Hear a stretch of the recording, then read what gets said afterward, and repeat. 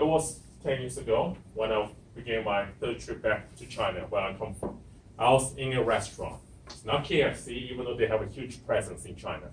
I was being asked, what do I want to have for lunch?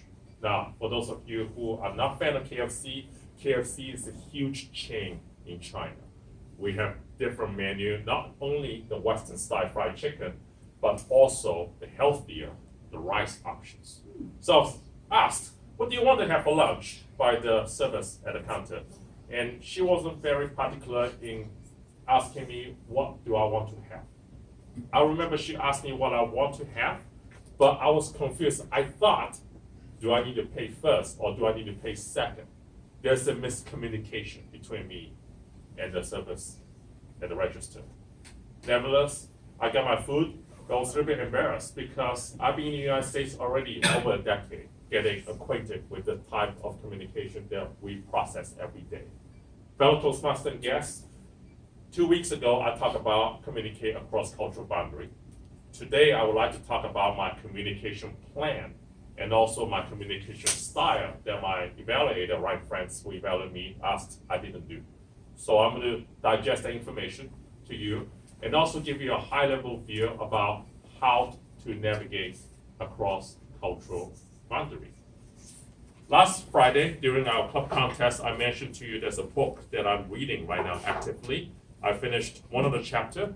This is the book, The Cultural Map by Erin Meyer. Erin herself, the author, she lived in France for over 20 years, but she grew up in a small town in Minnesota, not Minneapolis, way out there, with no international global students. She had to overcome that on her own before she even get to the stage. She talked about the 8 steps, and I'm not going to digest all of it due to the amount of time. I know this might be a little bit too small to show it to you, but I promise you all, audience, I will show it in a later time. But she has a diagram. These are the 8 steps that communicated. And I'm going to read it to you briefly since you cannot see the fonts. Number 1, everything starts with communicating. Number 2, evaluating. Number 3, persuading. Number 4, leading. Number 5, deciding. Number 6, trusting. Number 7, disagreeing. And number 8, scheduling. All things start with communication. And just to ring you the bell, for those of you who were here 2 weeks ago, I talked about the 3E, how to come across cultural boundary. What are the 3E? Anybody still remember? What's the first E? Everybody forgot, sounds like. Need a coffee, I think that would help. Along with the cappuccino there. First E start with embrace. Then engage. Last but not least, have empathy.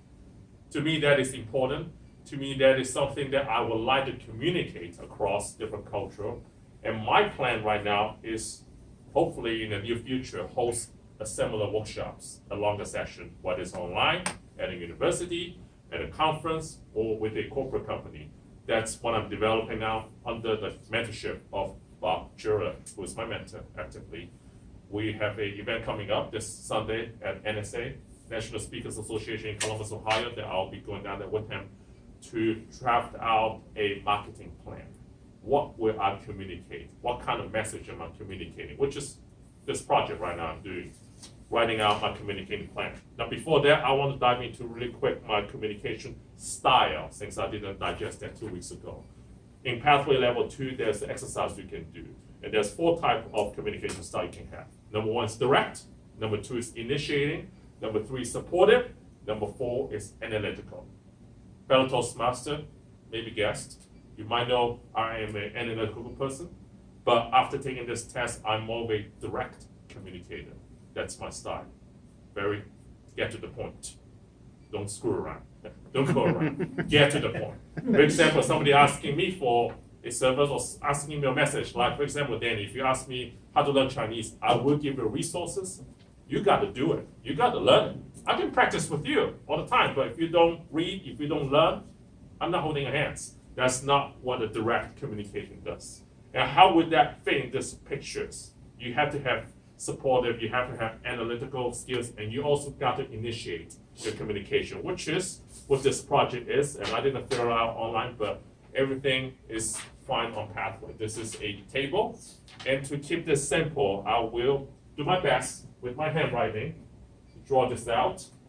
First, I have to have a goal.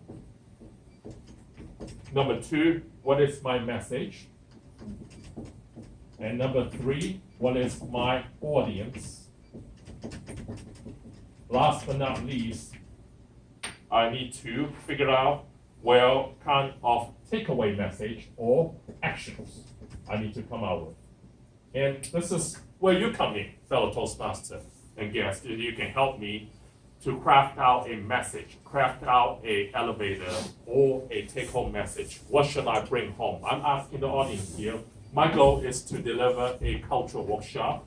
My message is to come across to the audience that it is important to communicate across cultural boundary because it's being taken too less significantly in different companies. We need to be aware of it, not just at Toastmaster, but our company, at our businesses, whether in sales, in accounting, different professional. You come across different audiences of all cultural. That's my message. And my audience is obvious, people with a diverse background. But last but not least, what are the action? What are the take-home message? I want my audience to take away from my learning sessions that you can apply that into your day-to-day life. You can apply that into your different professional or personal work. So that's something I'm crafting towards. This project is intended for me to share with you what I'm planning to do. But now, in return, instead of just a feedback, I will need some expertise. Some of you might have come across different people, different culture. Maybe some of you are aware of this topic. Maybe some of you are interested in this topic. Some of you might be advocating for it. But your expertise will help me to develop my plan to more specific audience. And to throw in some incentive, since today's National Cappuccino Day, the first one who approached me, I brought a 3-in-1 cappuccino instant powder from Laos, Southeast Asia. You cannot find here in the United States or Cleveland or Ohio.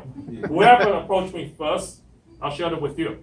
So that's my incentive to the audience. You got to learn how to sell. You got to know what's in it for you. This is what's in it for you. You got to enjoy a different experience with a cultural background.